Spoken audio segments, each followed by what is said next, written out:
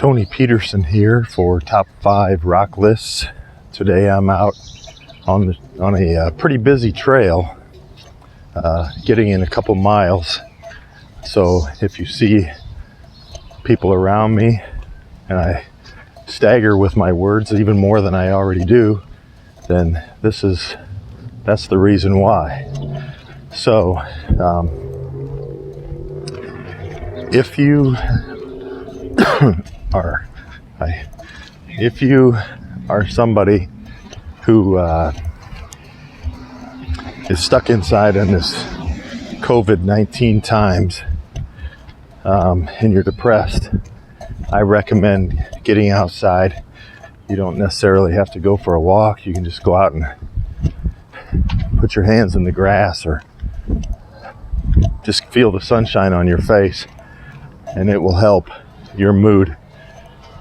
Today, I want to talk about my top 5 favorite vocal harmony bands, rock, in the rock era, I guess. There's a couple of them that people may not consider to be like real rock and roll, but I do. So let's get started with that. Number 5 on my list, I was debating between the Eagles and Van Halen. And the Eagles have, of course, that Seven Bridges Road is as good of a vocal harmony song as there is in rock and roll, but they don't do it as frequently as Van Halen does with that Michael Anthony real high pitch background harmonies. And so I'm going to go with Van Halen at number 5.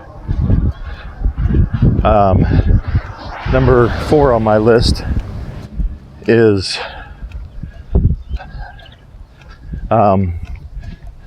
it's going to be Simon and Garfunkel. They emulated,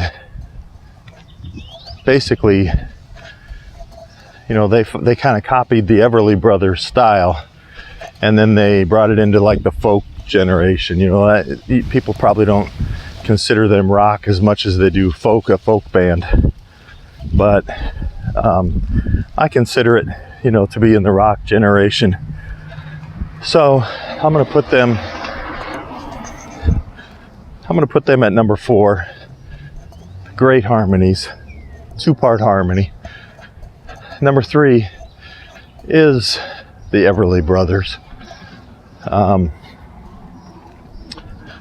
As I said, I think they are the inventors of 2-part, that style of 2-part vocal harmony, one high, one low, in the rock era. Of course, there were people doing it before them.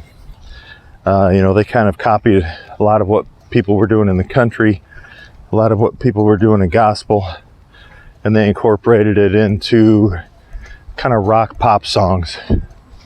More pop songs than rock back then, but I love the Everly Brothers, and they're the guys that started it in the rock era. Number 2 on my list is also a band that said that they copied what the Everly Brothers did, and that's the Beatles. Of course, they're my favorite band, but they're not my favorite vocal harmony band. I think Paul actually had a lot more to do with inventing their harmony styles, from what I've read.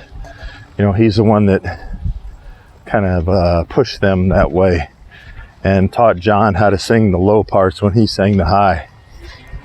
So without further ado, let's get to number 1 on my list. Number 1 on my list is the Beach Boys. Oh, you know what? I want to take Van Halen out at number 5, and I want to put Crosby, Stills, and Nash in. In fact, I think I want to put them up probably number 3, because they did the 3-part harmony. So You know, they were doing that 3-part harmony as good as anybody. Well, I kind of messed up this list, didn't I? So, yeah, let's put them up there. I want to put them ahead of the Everly Brothers and Simon and Garfunkel. I want to take Van Halen out. Crosby, Stills, and Nash is absolutely number 3. They're not going to pass up the Beatles. But, you know, putting that middle part in there, and then when they added Young in there, then they were 4-part harmony. And so they were doing things that no other rock band was doing back then, or folk or whatever. Mamas and the Papas were doing it a little bit, more than a little bit. They were doing it, but nobody did it as well as Crosby, Stills, and Nash. So back to my number 1, the Beach Boys. Brian Wilson, genius.